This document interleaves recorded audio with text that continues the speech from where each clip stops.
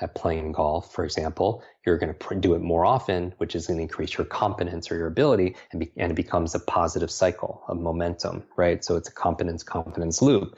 So you train capability. But if the child's still not doing the behavior, then look above capability and look at this thing called beliefs and values, these things called beliefs and values, meaning that maybe the behavior you're looking to teach is teach somebody, I do this in businesses all the time, how to remember names. But maybe they don't have the capability. They weren't taught how to remember someone's name. Or even if they're taught the level above that, beliefs and values, maybe they believe they have a horrible memory. And all behavior is belief driven, right? So you have to analyze those beliefs. Or maybe it's not their belief, maybe it's their values. Maybe it's their values, meaning that maybe they don't value remembering somebody's name. It's not important to them. So is that going to affect their behavior? It could explain their behavior or lack thereof. But let's say they have that in line. Look at the highest level above beliefs and values for your children or yourself. And that's the level of identity. Identity. And what's an identity? An identity, simplest way I can think of putting it is you've heard that the two most powerful words in the English language are also the shortest. I am. Because whatever you put after that becomes your life, right? It becomes your destiny, if you will. And so let's say the behavior is you want your child to stop procrastinating, or you want to stop procrastinating, right? But your identity is I am a procrastinator. You wonder why it'd be difficult to be able to get the person to stop. Or let's say the behavior is I want to stop smoking, but their identity is I am a smoker. What I'm articulating here is for people to be sensitive. So to make us a better teacher, to make us a better parent or human being, a manager of our teams for work or what have you, or coworkers, is you don't take things personally. Because once you want to have these distinctions, you can see where people are stuck. Because it's very rarely the level of behavior when you can't get somebody to do what they need to do, or you can't get yourself to do what you need to do. Look at the other levels, and that's more of a whole self approach towards transformation. I would add there one more level. I would look right below behavior. Right below behavior is this level called environment. And we're talking about these 5 levels of transformation, if you will. That environmental level, let's say the behavior, you want your child to read every single day, but the environment is it's dark, or the environment is they don't have they didn't bring their book home from school or whatever. That could affect the behavior, right? Because the environment plays a big role in terms of our habits, and so. We know, for example, first you create your habits and then your habits create you. So one of the things I'd be doing with children is encourage them their habits of thought, the questions that they're always asking themselves. Questions like, how can I use this? How does this relate to what I already know? How can I teach this to somebody else, right? And so you ingrain these habits and also habits of feeling, right? Habits of play, habits of fascination, habits of confidence, if you will, showing them how to use their physiology, that when that physiology affects your psychology, and changing your posture and your breathing affects your level of attention, for example. But once you know these different levels, we open this conversation with saying that, yes, it's important to have perspective. And one of the things that changes our perspective is changing the questions that we use. We know questions are the answer, that if a child reads a page in a book, or you read a page in a book, get to the end and forget what you just read, you wonder where it is, and you just reread it and you still know what you just read. Most people aren't asking questions about it. Even when it comes to a test, right, like standardized test, you'll have pages and pages of reading comprehension, and then you'll have 10 questions at the end. And when kids get to those questions, most of them I didn't know that's what they were looking for. Why not look at the questions first? And then when you're reading something, you're like, oh, there's an answer, there's an answer, there's an answer. Because you're activating that part of your brain. They call it the reticular activating system, RAS, because your brain at any given time could focus on 1-2 billion different stimulus. But it doesn't, because you would go crazy, right? Primarily, your brain is a deletion device. It tries to keep all that out, and you can only focus on a certain amount, a finite amount of information. So what determines what you focus on? One of the things are your questions. So questions really are the answer. And going back to school, there was 6 primary questions, right? 5 W's and the H, right? And so look at these logical levels of transformation, if you will, these levels of transformation. The identity level, the top level, answers the question of who, right? The beliefs and values answers the question of why. The capability level answers the question of how. How do you remember names? How do you study a textbook? How do you learn a language, right? All the stuff that we do shows on. The fourth level, behavior, answers the question of what. That's the behavior you're trying to change with your kids or for yourself, or your spouse, or your team, whatever. And then the final level is the level of environment. And that answers the question of when and where, right? Because it's not just where is very important, because context, we talked about context is the kingdom.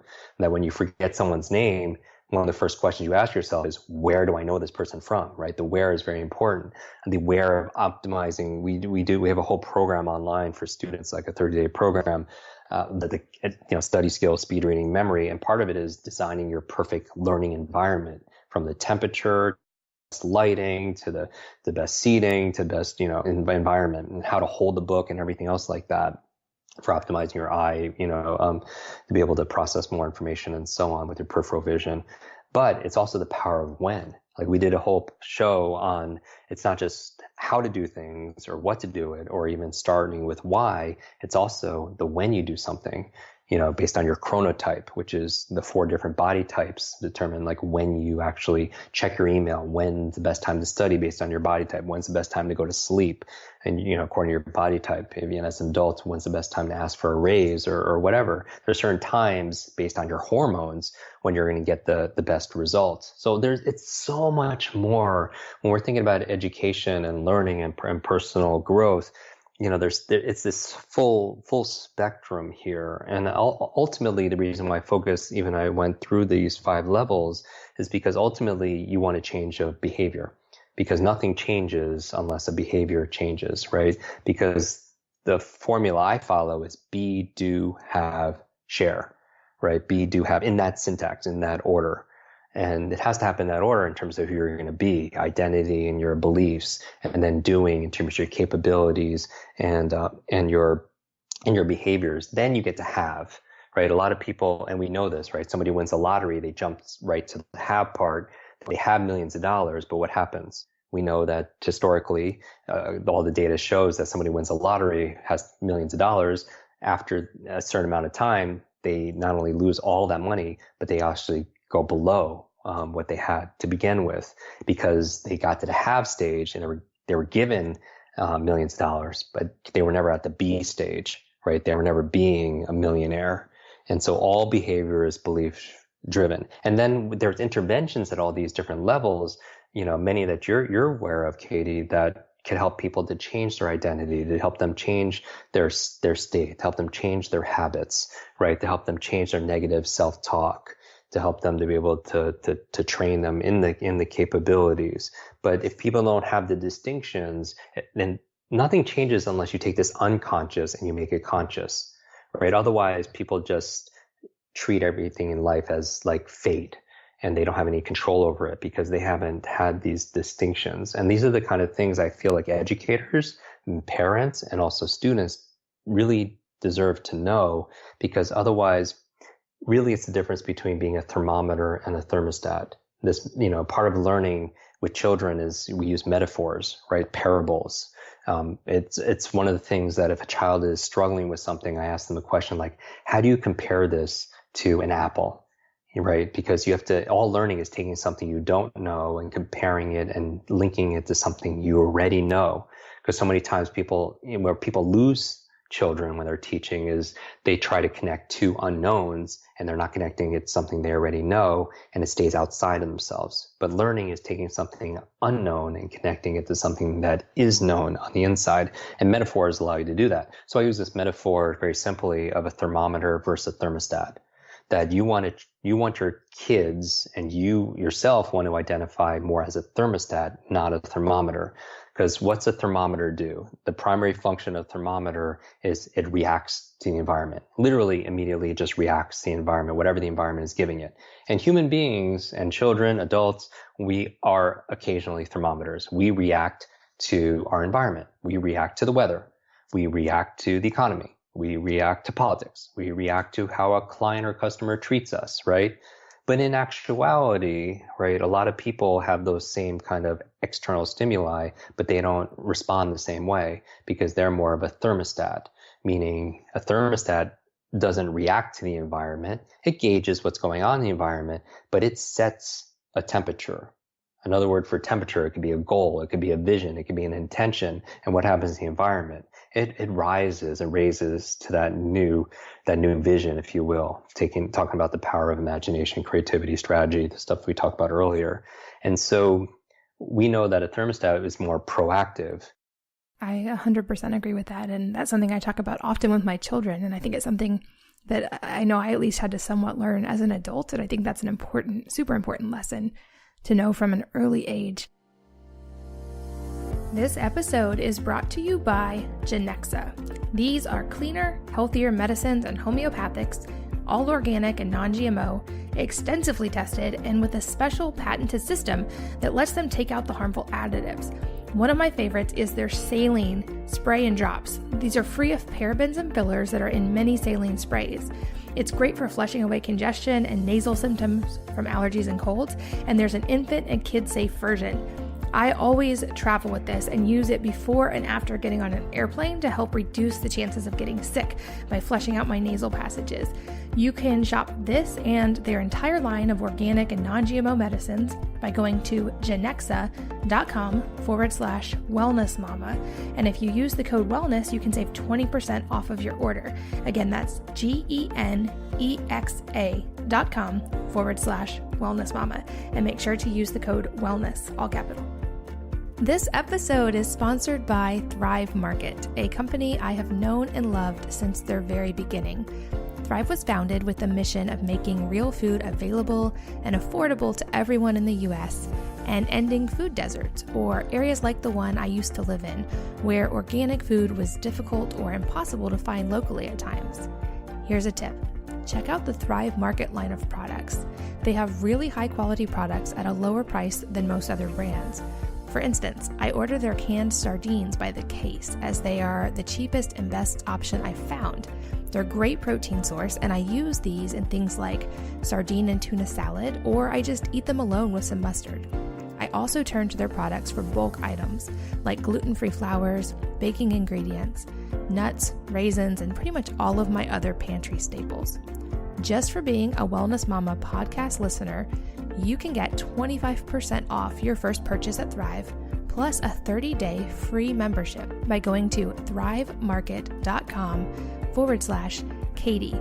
That's thrivemarket.com/KATIE. And I literally could talk to you for hours. In fact, I know we've done that in real life before.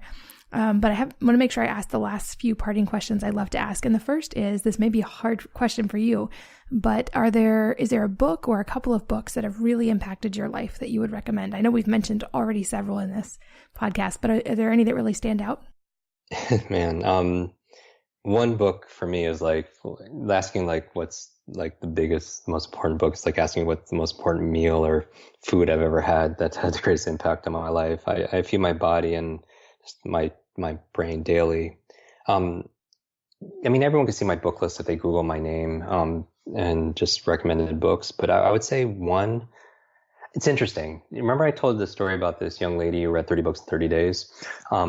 She sent me one of those books. In it, well, first of all, the book she was reading at the time, the last book, when she told me this story was she, as a bookmark, she was using, remember her motivation was her mom in the, I get emotional thinking about this. The photograph she was using as a bookmark was her mom in the hospital. And it reminded me of being in the hospital. And, with her coming through it, I kind of went full circle with my own life because that was me in that hospital bed. But she sent me this book, and it was about quantum physics applied towards health. And I had never heard of anything like this. It was 25 years ago or something. And eventually I got around to reading it, and it blew my mind. I didn't even know what quantum physics was, and I didn't really take ownership of my health at that time. But after hearing her mother's story, I realized that we have much more influence on our wellness than what I was taught. And So I read the book and I was blown away, and I keep a journal, right?